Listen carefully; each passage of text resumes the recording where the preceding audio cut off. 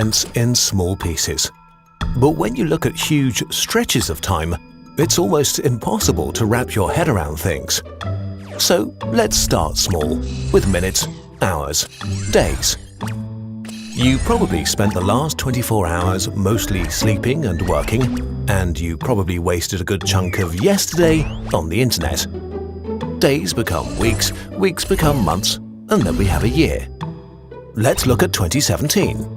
France started to train eagles to hunt terrorist drones. A Czech nuclear power plant held a bikini contest to pick their new intern, and people on the internet made a challenge out of eating bleach. You know, the usual stuff. Let's go back further. A kid born in the first year of the 21st century is 18 years old now. But the century is still young, even if you're not. It was largely shaped by the attacks on 9/11, which led to the war in Afghanistan and the invasion of Iraq.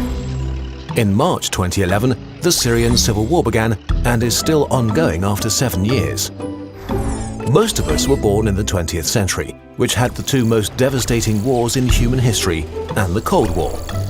For the first time ever, we could destroy ourselves with nuclear weapons, and we almost did, but we also had a space race and left Earth for the first time.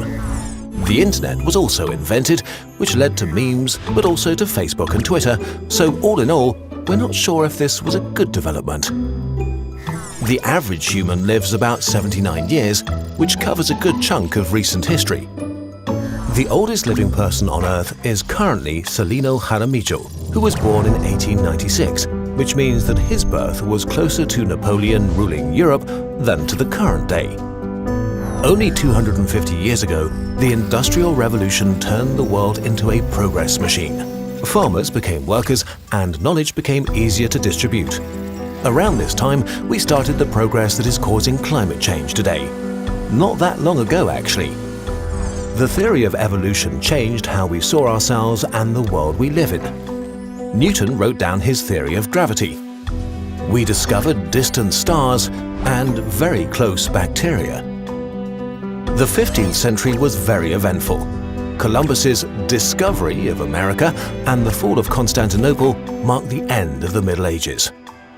War was all the rage in the Middle Ages, but the number one killer was disease. The Black Plague killed every third European in just 6 years. Around 2,000 years ago, we set the arbitrary year 1 of our calendar that most of the world follows today. But to a Roman, the world was already ancient. The Great Pyramids were constructed 4,500 years ago. So to a Roman, the pyramids were older than the Romans are to us today. So long ago that there were still living mammoths on Earth. A lot of history happened before that even. Around 7,000 years ago, humans began writing things down. About 12,000 years ago, human organization exploded. We built our first temple, and around the world mankind began farming, which enabled the rise of larger communities.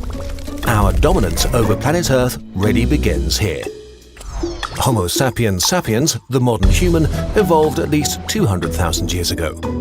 50,000 years ago, the cognitive revolution expanded our minds and innovation. Back then, we shared Earth with at least 5 other human species that either died out or were killed by us. At least 2 million years ago, our ancestors already had control over fire and constructed tools from wood and stone. And 6 million years ago, the last common ancestors of chimpanzees and humans existed. So this graph is all of human history. Our close relative Homo erectus survived 10 times longer than we have existed. This tiny part is the human era. We have to zoom in a lot to even see your lifetime. Still, all of human history is not that long. 65 million years ago, the age of the dinosaurs ended in an enormous explosion.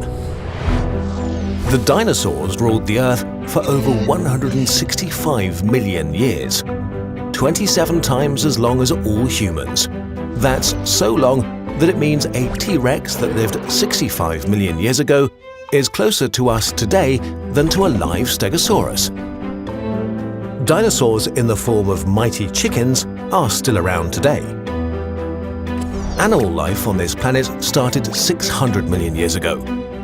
The earliest animals were fish and other small simple sea creatures, then came insects, then reptiles, and finally, around 200 million years ago, mammals joined the party. Life itself began much further back. There is evidence that it appeared up to 4.1 billion years ago. For at least 3.5 billion years, life consisted only of single-celled organisms. 4.5 billion years ago, the Sun was born from a gigantic imploding gas cloud. 60 million years later, Earth formed.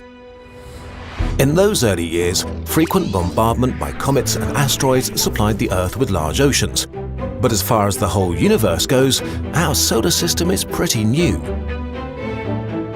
13.75 billion years ago, the universe was born, and about 500 million years later, our own galaxy formed from billions of stars. But what came before the Big Bang? The truth is, we don't know, and maybe we never will. And there you have it, the past. Now let's take a look at what we know about the future. In roughly 1 billion years, the Sun will be so hot that life on Earth becomes impossible. The death of the Sun 4 billion years later marks the end of life in the solar system. If we want to have a chance to survive, we need to have ventured to the stars. And what happens after that? In the next 100 billion years, most of the bigger stars around will die. The universe becomes dimmer and dimmer, illuminated only by smaller red and white dwarfs. But they too will eventually burn out, and one day, the last star in the universe will die. The universe will turn dark, and at some point, even black holes will evaporate and die. When they do, our universe will reach its final stage, heat death. Nothing changes anymore, the universe is dead. Forever. Now, you're feeling some pretty weird feelings right now, aren't you? We are too. It's only natural. The good news is, this is all far, far away. The only time that actually matters is now. That cute girl or boy you like, ask them out. Time is precious. Make it count.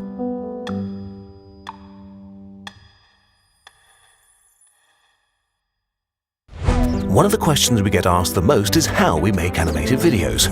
The short answer is with Adobe After Effects and years of training. But if you'd like to get a glimpse, we now have something for you. We made Skillshare tutorials explaining in detail how we animate scenes from our videos. If you aren't already familiar with it, Skillshare is an online learning community with more than 18,000 classes in things like writing, animation, and video editing. Their premium membership gives you unlimited access to high-quality classes from professionals working in their fields, so you can improve your skills, unlock new opportunities, and do work that you really enjoy.